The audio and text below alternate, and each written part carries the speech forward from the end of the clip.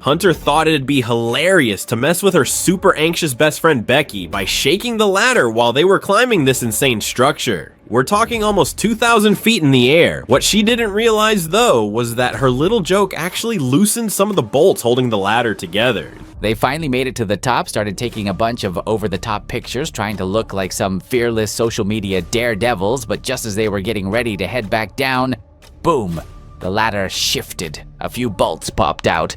Becky slipped. She fell off the side, and the only thing that saved her was the safety rope catching her mid-fall. Now she's literally dangling in the air, just swinging around with nothing but sky under her. If that rope failed, she was done. Hunter immediately grabbed the rope and started pulling with all her strength, but then her foot slipped too. Becky screamed, thinking this was it. Thankfully, Hunter got her footing again, and with Becky climbing and her pulling, they finally managed to get her back on the platform, but their relief didn't last long. They looked down and realized the ladder was completely gone, like broken in pieces way down on the ground. There was no way back down, just the two of them stuck at the top of this creepy abandoned TV tower with zero signal. Hunter pulled out her phone, no bars, nothing.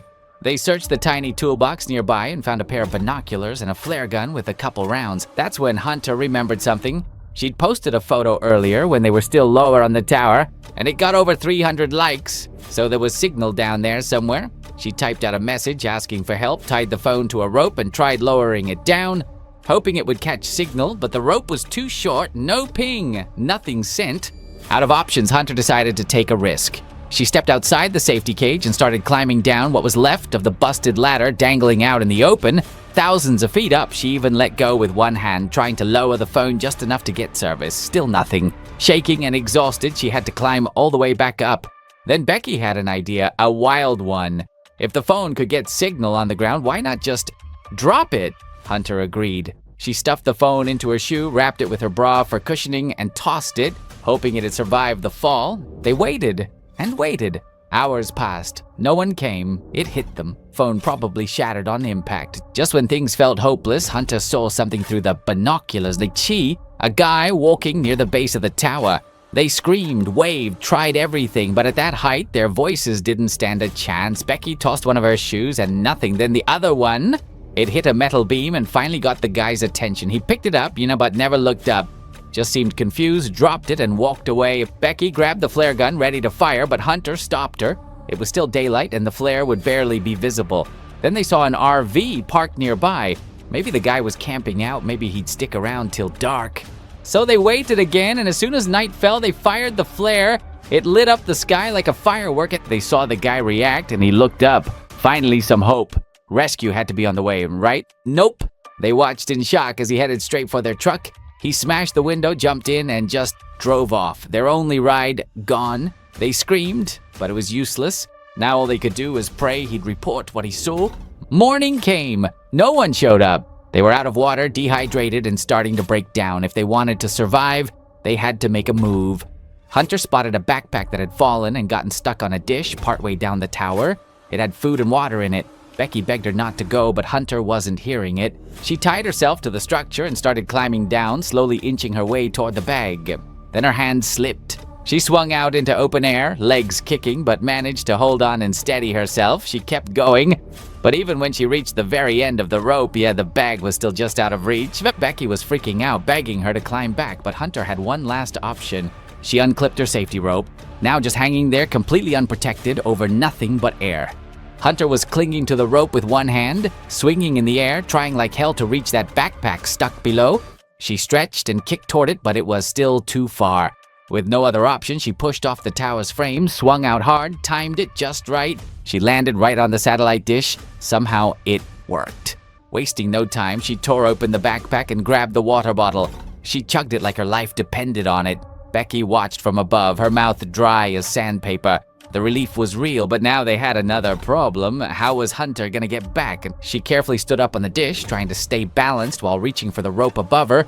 No luck. It was still just out of reach. Thinking fast, she pulled a selfie stick out of the bag, fully extended it, and started trying to hook the rope loop. It was clumsy and the backpack was way too heavy to pull up. Over and over, she missed. Finally, after way too many tries, she caught the bag with the loop. It gave her just enough slack. Hunter crouched, aimed, and jumped. Mid-air, she snagged the rope. Becky gasped and leaned over, pulling with everything she had while Hunter scrambled up hand over hand. Almost there. But right before she reached the platform, her strength gave out. Her grip slipped and Hunter dropped. It happened in a blink. Becky froze, sure it was over, until she saw Hunter somehow still hanging on, her hands torn and bloody but locked tight around the rope. Becky didn't waste a second. She braced herself and pulled Hunter up inch by inch until she was back on the platform. The bag made it too. Inside, water, and something even better, a drone. Becky downed half the bottle like she just crawled out of a desert. Then she spotted a crumpled restaurant receipt in the bag. With no pen, she grabbed eyeliner, scribbled a help message, and clipped it to the drone. They launched it toward a motel. Off in the distance, the drone soared. On the screen, they could see buildings. Hope. They held their breath. Then the battery died mid-flight. Becky panicked. She called the drone back just in time and caught it before it fell, but it was dead. That was their last shot, gone. Then she had an idea. She remembered the blinking light at the top of the tower. Maybe it could charge the drone. She didn't hesitate. Grabbing the backpack, she started climbing again, hand over shaky hand all the way to the top. She cracked open the light, pulled the bulb, plugged the drone in. It worked. Becky sat there, barely moving, for 2 whole hours, just watching the thing slowly come back to life. Once it was ready, she raced back down and launched it again. This time, the drone flew straight toward town. Buildings appeared, roads, people. Then out of nowhere, a truck slammed into it midair. The drone shattered. Becky watched in horror. The driver stopped, looked around, even walked over to the wreckage, but never saw the message. Just got back in his truck and drove away. Becky collapsed. That was it. They were out of options, and then it got worse. She looked at Hunter, and something was off. Her face had gone pale. Her skin looked wrong.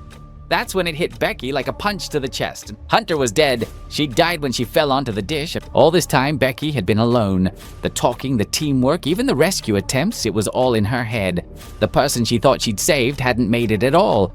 Crushed Becky fell to the platform, sun burning her skin. A vulture landed beside her and started pecking at her leg. But she didn't break, she snapped. Grabbing it by the neck, she wrestled it to the ground and killed it. Then in pure survival mode, she started eating it raw. That flipped a switch. Fueled by instinct alone, she got up, unhooked the safety rope, climbed down as far as it would go, clipped it to a low rung, and slid down like she'd done it 100 times. She reached the dish easily, landing beside Hunter's body. She just stared at her for a moment.